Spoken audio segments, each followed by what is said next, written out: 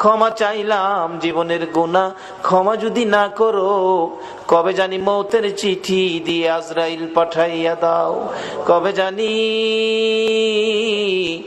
গর্তে বাহির করবে রে, আর ঘরের ভিতরে নিবে না।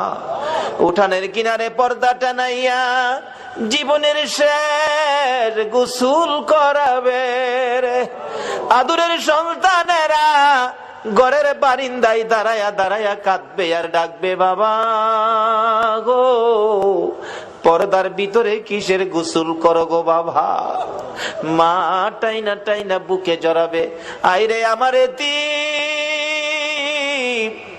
আজকাল থেকে তোমরা এতিম হয়ে গেছো। এতিমের ঘটনা বলতে গেলে কলিজা মানে না রে আল্লাহ। আমার বড় ভাই 5টা বাচ্চা এতিম করে কবরে। বাড়িতে গেলে আমার ছেলেরা দৌড়াই আসে, আব্বু আইছে। আমার ছোট্ট একটা ভাতিজা দৌড়াই আইসা দাঁড়াইয়া তাকে কিছু কয় না। জিজ্ঞেস করি, বাবা কি চাও, কি লাগবে, কি দরকার বলো। চোখের পানি ছেড়ে কান্দে। কেন কান্দো বলো না। আমারে ডাইকা ডাইকা কয়, চাচা গো আপনি তো 1 দিন 2 দিন পর পর বাড়িতে আসেন। চাচা আমরা আব্বা কই গো, চাচা আমরা আব্বা কি আর জীবনে বাড়িতে আসবে না। এইভাবে কবে জানি কার সন্তানেরা এতিম হইয়া যায়, কবে জানি কার বিছানা খালি হইয়া যায়।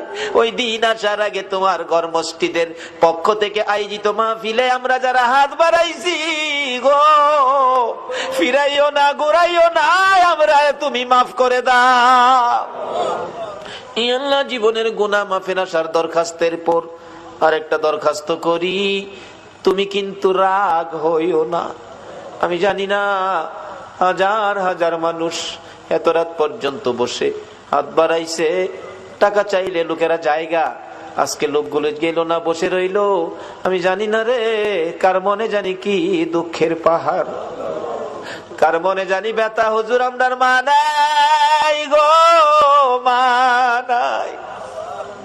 কার মনে জানি ব্যথা, বাবা নাই গো, বাবা নাই। যেই বাবা মাথার গাম পাতাই ফালাইয়া রোজগার করে মানুষ করেছে গো, যেই বাবা জমি জামা সই সম্পদ জুড়াইয়া আজকে বাবা দুনিয়ায় নাই। হুজুর বাবা কত আদর করতো গো, শেষ বয়সেও বাবা বাজারে গেলে জগ ভর্তি দুধ কিনতো, 2 কান্দা 3 কান্দা কলা লইতো।